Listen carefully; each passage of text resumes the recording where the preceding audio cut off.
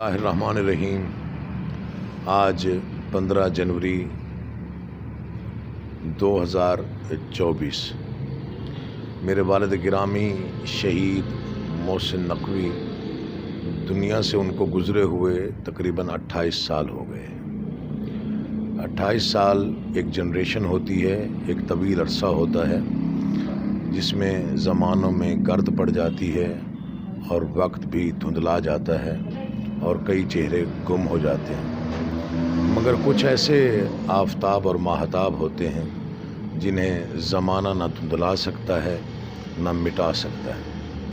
میں ایسی ایک ہستی پر گفتگو کر رہا ہوں جس نے ہمیں پہچان دی اور ہمارے خاندان کو پورے دنیا میں مشہور و معروف کروایا۔ وہ صرف ایک شاعر نہیں تھے، وہ ہمہ جہت شخصیت کے مالک تھے اور مختلف شعبوں میں ان کا جو کام ہے وہ یادگار ہے اور ہمیشہ رہے گا۔ مرثیے سے لے کے سلام تک، غزل سے لے کے نظم تک، نظم سے لے کے قطعات تک، جو بھی لکھا بے مثال لکھا، جو بھی کہا وہ عمدہ کہا اور اعلیٰ کہا۔ ان کے لفظ نہ تو کبھی دنیا بھلا سکتی ہے اور نہ ہی بھلانے کے لیے ہیں۔ انہوں نے خود اپنے بارے میں کہا تھا، مطمئن ہوں کہ مجھے یاد رکھے گی دنیا، جب بھی اس شہر کی تاریخ وفا لکھے گی۔ میرا ماتم اسی چپ چاپ فضا میں ہوگا، میرا نوحہ انہی گلیوں کی ہوا لکھے گی۔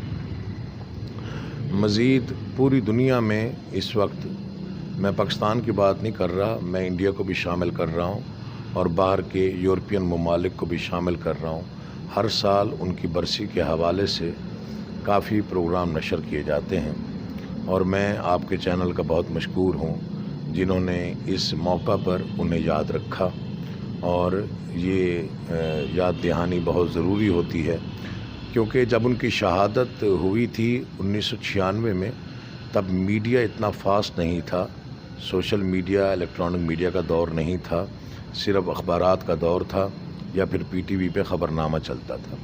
لیکن ان کی کامیابی کی یہ بھی دلیل ہے کہ 15 جنوری 1996 کو ان کی شہادت ہوئی اور 16 جنوری کے صبح کے تمام تر اخبارات کی ہیڈ لائنز نہیں بلکہ پورا پیج جو ہوتا ہے اخبار کا، فرنٹ پیج، وہ محسن نقوی کے نام تھا، اور خبر نامے میں سب سے پہلی خبر بھی ان کی شہادت کی ہی چلائی گئی تھی، اور ان کی شاعری دنیا پڑھتی رہے گی اور پڑھ رہی ہے۔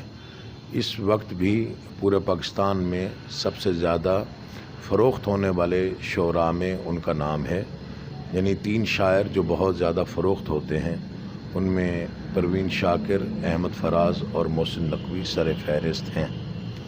ان کی جو غزلیں گائی گئیں وہ بھی انڈیا تک پہنچیں، جو غلام علی نے غزلیں گائیں وہ بھی بہت پاپولر ہوئیں۔